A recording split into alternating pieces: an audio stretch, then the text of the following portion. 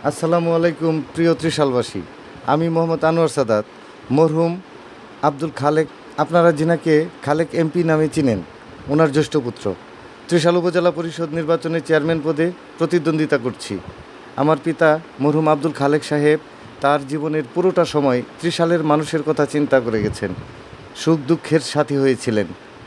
তিনি ত্রিশালের আপামর জনসাধারণের জন্য কিছু করতে চেষ্টা করেছেন, কিছু করেছেন, অনেক কিছুই করতে পারেননি। যা করতে পারেননি, করার ইচ্ছা ছিল, তার মধ্যে অনেক কিছুই আমার সাথে, আমার পরিবারের সাথে আলোচনা করে গেছেন। ওনার মৃত্যুর পূর্বে বেশিরভাগ সময়টা আমি কাছে থাকার কারণে ত্রিশালবাসীর জন্য অপূর্ণ কিছু কাজের কথা আমাকে বলে গেছেন। সন্তান হিসাবে বাবার বলে যাওয়া কিছু কথা, করতে চাওয়া কিছু কাজ পূর্ণ করার চেষ্টা, সরাসরি আপনাদের সাথে আমার একটা সংযোগ রাস্তা বা মাধ্যম প্রয়োজন। সেই জন্যে আগামী 29শে মে অনুষ্ঠিতব্য ত্রিশাল উপজেলা পরিষদ নির্বাচনে আমি কাপ পিরিচ প্রতীকে আপনাদের মহামূল্যবান ভোট ও দোয়া কামনা করছি।